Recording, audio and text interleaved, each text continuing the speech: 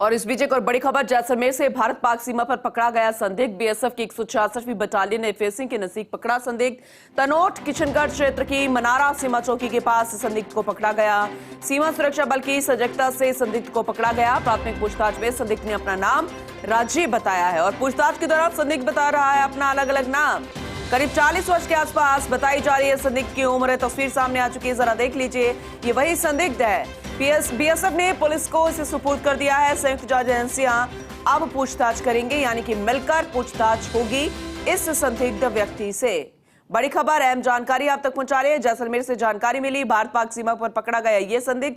Photo सामने आ गई है। बीएसएफ की 166वीं बटालियन ने फेसिंग के नजदीक इस संदिग्ध को पकड़ा है। तनोट किशनगढ़ क्षेत्र की बनारा सीमा चौकी के पास इसे पकड़ा गया। सीमा सुरक्षा बल की सजगता से इस संदिग्ध को पकड़ा और अब पूछताछ जारी है। हालांकि अब संयुक्त रूप से एजेंसियां और यूं मान के चले बीएसएफ और पुलिस भी पूछताछ करेगी। सहयोगी सूर्यवीर सिंह तंवर हमारे साथ जुड़ चुके हैं, ज्यादा जानकारी उनसे लेंगे। सूर्यवीर, कोई इस तरीके का ये पहला मामला नहीं है, लेकिन पूछताछ में काफी वक्त भी लग जाता है, कई खुलासे भी होते हैं। इस मामले में क्या है, क्योंकि ये बदल बदल कर अपना नाम बता रहा है, तो संदिग्ध तो ये व्यक्ति लग रहा है। फिलहाल अपडेट बताइएगा।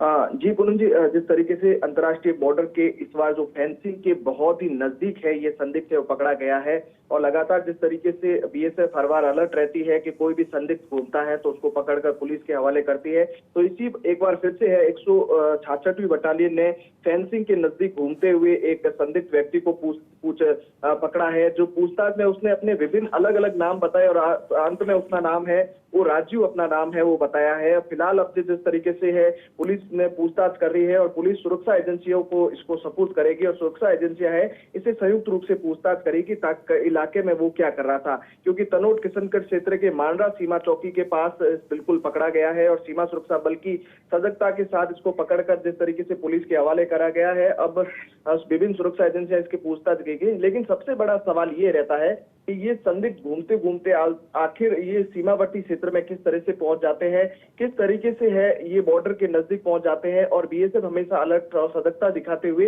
इन संदिग्धों को पकड़कर है पुलिस के है हवाले करती है, क्योंकि कुछ दिन पूर्व भी एक जिस तरीके से गुजरात के एक व्यक्ति को पकड़ा गया था, जो गुजरात के व्यक्ति को पकड़ा गया और उसको पूछताछ में वो अपने आप को है मानसिक रूप से थोड़ा विक्षिप्त बता रहा था और जिस तरीके से उसको वापस उसके परिजनों को सुपुर्द किया गया और एक बार फिर से जिस तरीके से है एक संदिग्ध है वो पकड़ा गया और संदिग्ध को पूछताछ के लिए विभिन्न एजेंसियों को है वो सपुर्द किया गया है।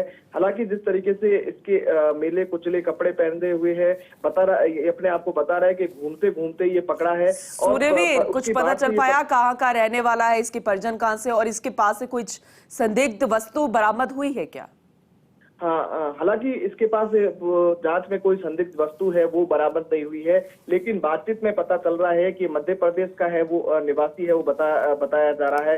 फिलहाल जिस तरीके से ये गोल मटोल करके ये जवाब दे रहा है, ऊपरी रूप से सख्त रूप से जवाब है वो नहीं दे रहा है, थोड़ा सा मानसिक रूप से कमजोर भी है ये व्यक्ति है वो बताया जा रहा है। फिलहाल सुरक्षा एजेंसियां इससे संयुक्त रूप से पूछताछ करेगी, आखिर ये कहाँ का निवासी है, इसके परिजनों को और इसके थाना क्षेत्रों को जांच पड़ताल के लिए भेजा जाएगा कि आखिर युवक ये घूमते घूमते आया, ये किसी मानसिकता को लेकर है या सीमावर्ती क्षेत्र में है ये पहुंचा है, क्योंकि लगातार सीमावर्ती क्षेत्र में जब देश के विभिन्न कोनों से लोग घूमते घूमते इस इलाके में पहुंच जाते हैं तो एक बहुत बड़ा सवाल है ये रहता है, क्योंकि इतने थाने क्रॉस करके यहाँ पर पहुंचता है, कोई भी इसको रोक टोक नहीं जवाब देता है। और अब आज के तारीख में जिस तरीके से है ये बिल्कुल फेंसिंग के नजदीक है ये पहुंच गया था। हालांकि अगर सीमा सुरक्षा बल थोड़ी सी सजगता नहीं दिखाता तो ये फेंसिंग के पार भी है वो जा सकता था। फिलहाल जिस तरीके से बीएसएफ हमेशा दावे करता है कि परिंदा भी पर नहीं मार सकता है, तो इसी का नतीजा देखते हुए इसने वहां पर एक घूमते हुए संदिग्ध व्यक्ति को पकड़ा है और पकड़ने के बाद है उसे प्राथमिक पूछताछ की है और प्राथमिक पूछताछ के बाद पुलिस को सपोर्ट किया है। अब पुलिस उससे पूछताछ में जुटी हुई है कि वो आखिर कहाँ से आया, उसका थाना क्षेत्र कौन सा था। अब पूछताछ के बाद ही है। चलिए ठीक है सूर्यवीर, आप नजर बना के रखिएगा, अपडेट भी आपसे लेंगे। फिलहाल बहुत शुक्रिया आपका इस जानकारी के लिए। तो वही